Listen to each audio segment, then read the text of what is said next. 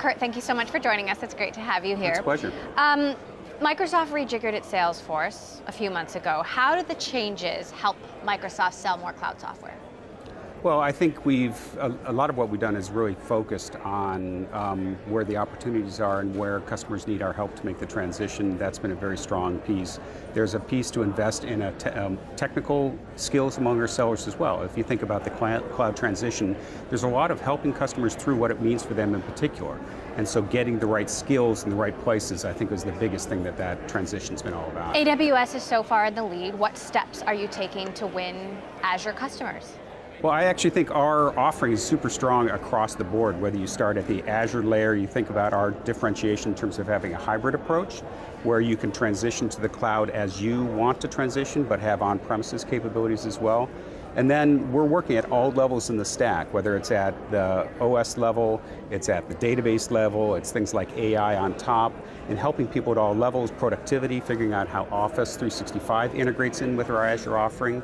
I think what we're starting to hear more and more from customers is they're thinking about, one, the relationship they have with Microsoft, and that whole broad suite of capabilities that they can go get by going to Azure. I'm curious how you see, the pie being divided differently in the future. I mean, how do you avoid Amazon becoming the default choice for customers? Well, I think we're doing very well in the market right now, and so I think what you're seeing playing out is there's not going to be a default choice per se, that people are going to look at that and what the particular opportunities are for the particular workloads they'll move, what the value proposition is for us versus Amazon versus others.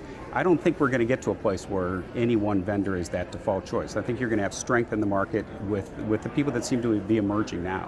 What are some areas that you think Azure will be bigger and faster in the future than Amazon and the other players? I think we will be stronger in terms of our hybrid capabilities. I think in terms of our database offerings, think of all the people who use SQL on premises today, and some of the announcements we've made, both in terms of being able to surge to the cloud in terms of your database capabilities, but also super easy movement to the cloud. So at the database layer, I think we'll be stronger. I think our AI capabilities and our cognitive services, so that value added as an applications environment, but also when you think about all the data that's in Office 365, all the productivity data, who I'm meeting with, who I'm talking to, how do I, as either a third-party developer or as somebody who uses Office 365, leverage that data to build rich, interesting applications as well. I did a panel with 3 investors on stage, and they all said they think AR and VR is overhyped, that it's not growing as big and as fast as people thought. These are 2 big areas that Microsoft is putting a bet on. Absolutely. How do you respond to that? Do you think it's overhyped? I think that it is going to emerge over a period of time. I think we're seeing some early wins, particularly in the industrial space, of people using HoloLens. I think we're seeing a lot of developer interest in the capabilities we're building into Windows. But I think in any of these technologies, there's that period where there's a lot of hype coming in, and then there's a building of the actual use cases and a building of excitement. And I think there's no doubt that there's that building period that we're in today. I think it's also a great opportunity for us, because if you believe in the vision and you believe that that's important over the long run, those are the periods of time where you say, I'm doubling down, I'm going to be really strong in this area, and it gives you that time to build a super rich offering. So when do you think mixed reality will be everyone's reality?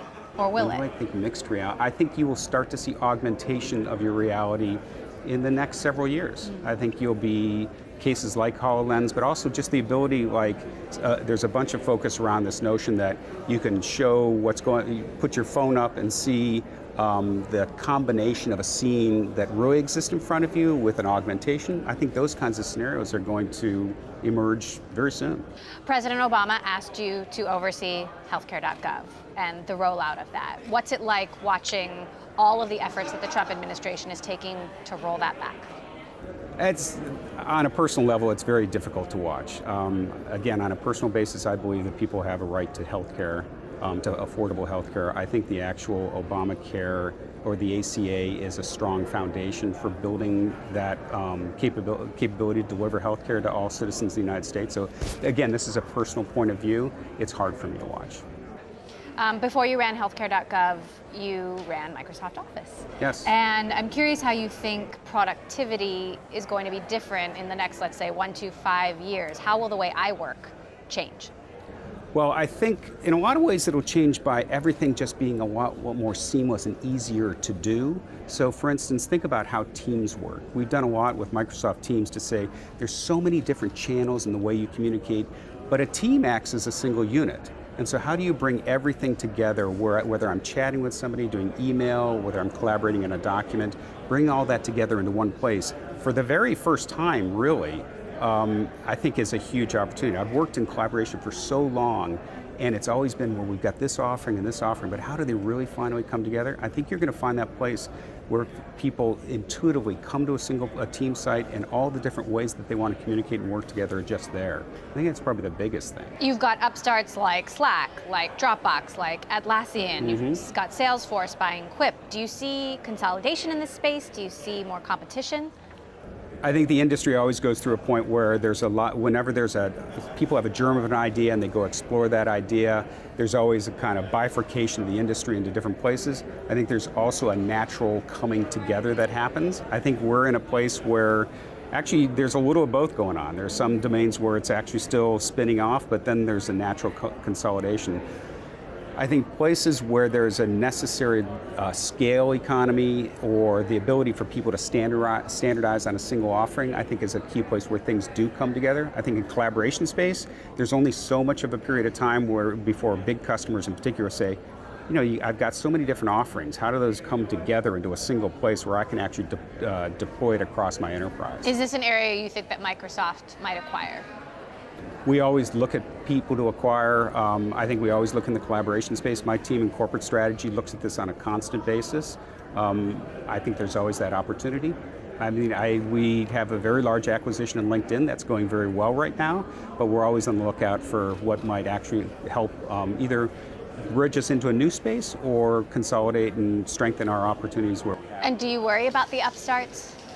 We look very closely at everything going on in the industry. I wouldn't say that, you know, you always have to have a healthy amount of worry about anything going on outside of your domain, and I think we have that, but we kind of combine it with what are they really telling us by what they're doing? What are customers saying about that? And if we were to play things forward, how do we think things will emerge and develop? And those are the ones we look at over the longer run.